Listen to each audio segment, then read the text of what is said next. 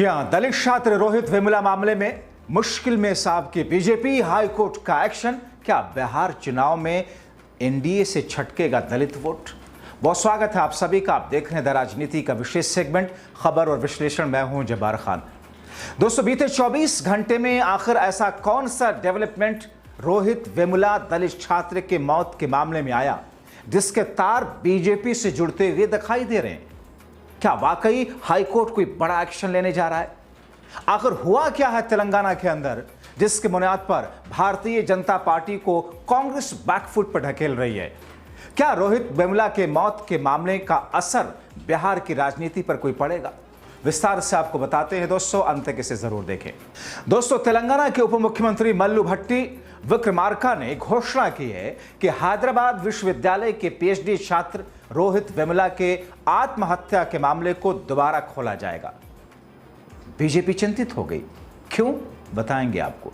दोस्तों, रोहित वेमुला की मौत के बाद ही उनके दोस्तों और समर्थकों ने आरोप लगाया था कि विश्वविद्यालय प्रशासन और कुछ राजनेताओं ने उन्हें और उनके साथियों को निशाना बनाया।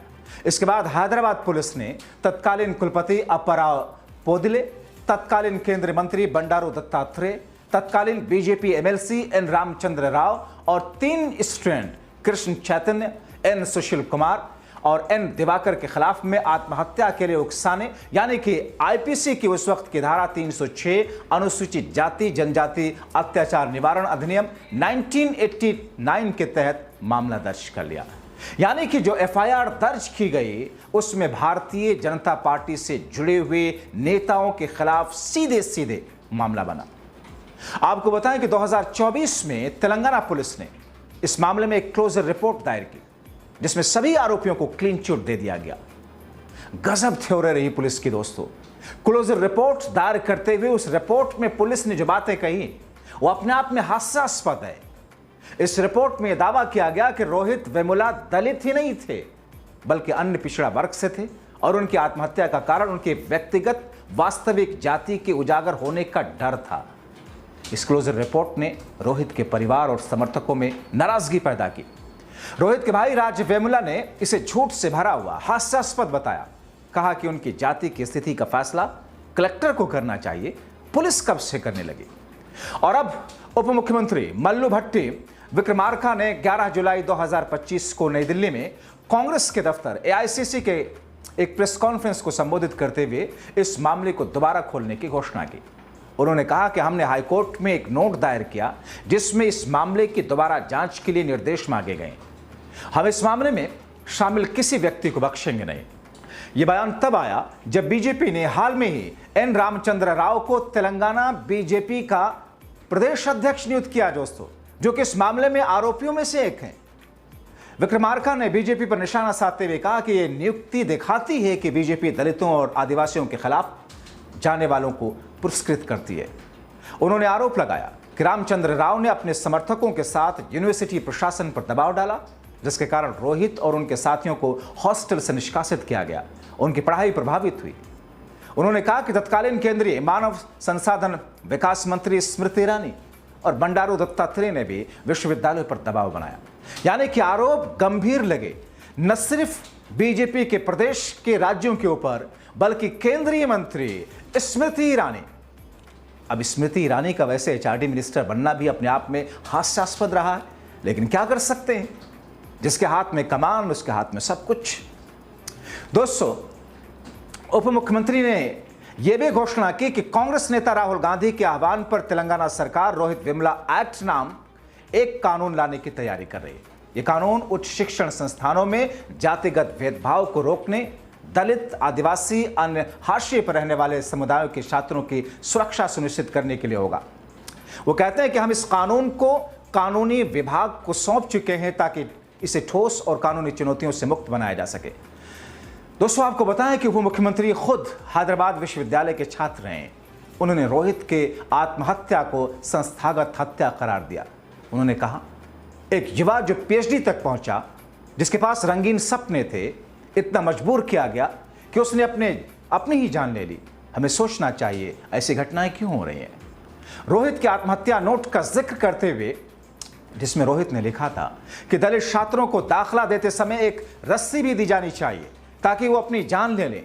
इस बयान ने पूरे देश को झकझोर दिया था दोस्तों। वैसे दलितों के खिलाफ अत्याचार की खबरें हर दिन आप सुनते और देखते होंगे। कब, कहां, कैसे? इसी मोदी की डबल इंजन वाली सरकार में। दोस्तों यहां आपको यह भी बताएं कि रोहित के परिवार ने 2024 में दायर क्लोजर रिपोर्ट को खारिज कर दिया था और इसे कानूनी रूप से चुनौती देने की बात भी कही थी। रोहित की मां राधिका वेमुला ने कहा कि वो दलित माला समुदाय से हैं, जबकि रोहित के पिता मणिक कुमार वडेरा ओबीसी समुदाय से थे।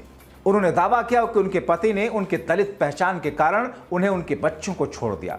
परिवार ने तेलंगाना के मुख्यमंत्री रेवंत रेड्डी से मुलाकात की और इस मामले में न्याय की मांग की। मुख्यमंत्री ने आश्वासन दिया था कि इस मामले की दोबारा जांच होगी। रोहित के भाई राज वेमुला कहते हैं कि पुलिस का काम यह जांचना था कि मेरे भाई को इतना परेशान क्यों किया गया कि उसने अपनी जान ले ली। उनकी जाति का फैसला पुलिस कैसे कर सकती है? तेलंगाना सरकार से इस मामले में निष्पक्ष पारदर्शी जांच की उम्मीद है।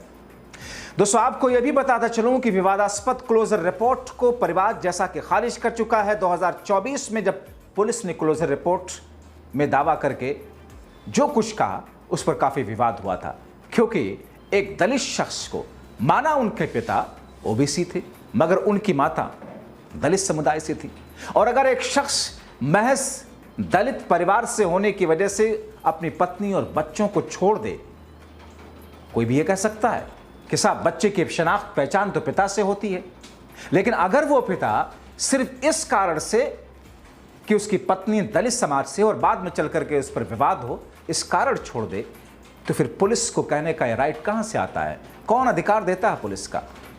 अब ऐसी स्थिति में इस रिपोर्ट ने सभी आरोपियों को बरी कर दिया, जिसमें तत्कालीन कुलपति, बीजेपी नेता, एबीवीपी के सदस्य शामिल थे। इसने देश भर में आक्रोश पैदा किया। छात्रों ने हैदराबाद विश्वविद्यालय में विरोध प्रदर्शन शुरू किए। तेलंगाना के पुलिस महानिदेशक रवि गुप्ता ने बाद में कहा कि रोहित की मां और अन्य लोगों द्वारा उठाए गए सवालों के कारण इस मामले की दोबारा जांच होगी। दोस्तों विक्रमार्का ने बीजेपी पर तीखा हमला बोलते हुए कहा कि रोहित की मृत्यु के लिए जिम्मेदार लोगों को पुरस्कृत बीजेपी कर रही है।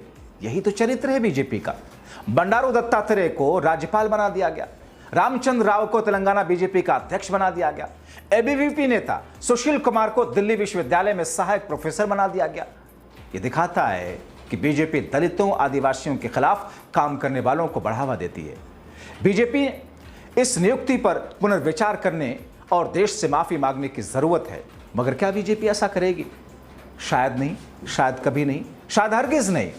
तेलंगाना सरकार को इस याचिका पर हाईकोर्ट का फैसला इस मामले की दिशा तय करेगा। दोस्तों रोहित वेमुला की मौत न केवल जातिगत भेदभाव के मुद्दे को उजागर करती है, बल्कि उच्च शिक्षा में हाशिए पर रहने वाले समुदायों की सुरक्षा के लिए कानून और नीतिगत बदलावों की जरूरत को भी रेखांकित करेगी।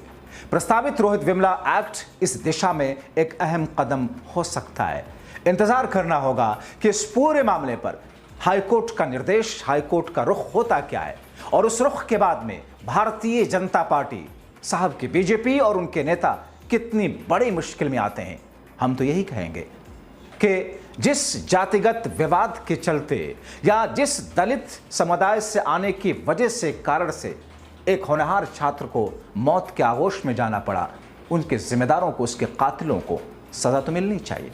आप क्या सोचते हैं? अपनी राय कमेंट बॉक्स में जरूर लिखें। अभी के लिए इतना ही, बहुत शुक्रिया।